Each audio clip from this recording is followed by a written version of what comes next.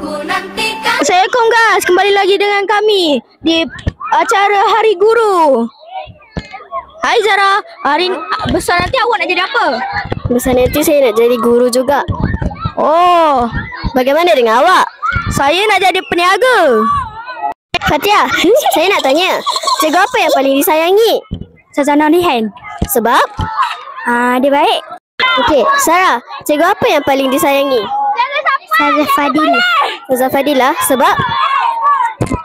Baik. Sebab dia baik. Sebab dia baik. Aini, cikgu apa yang paling disayangi? Cikgu Anis. Sebab? Sebab cikgu Anis baik. Okey. Iza, cikgu apa yang paling cikgu apa yang paling disayangi? Cikgu Zulaika. Sebab dia baik bagi main laptop. Okey, hari ni kita nak tanya Kakak Afia pula. Kakak Afia, cikgu apa yang paling disayangi? Cikgu Azina. Sebab? Sebab dia ajar korang baik. Okey. Cikgu Zada. Ya, nama? Apa cikgu kesukaan Zada?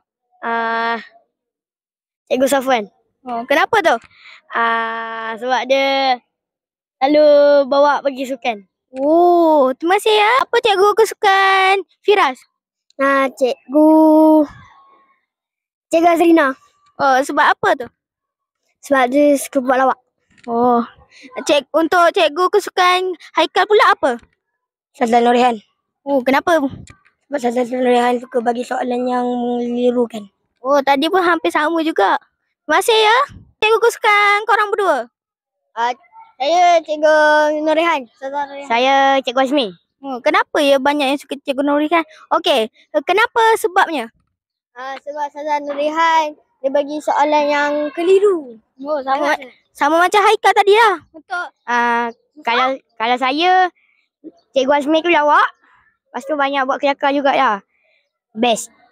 Terima kasih ya.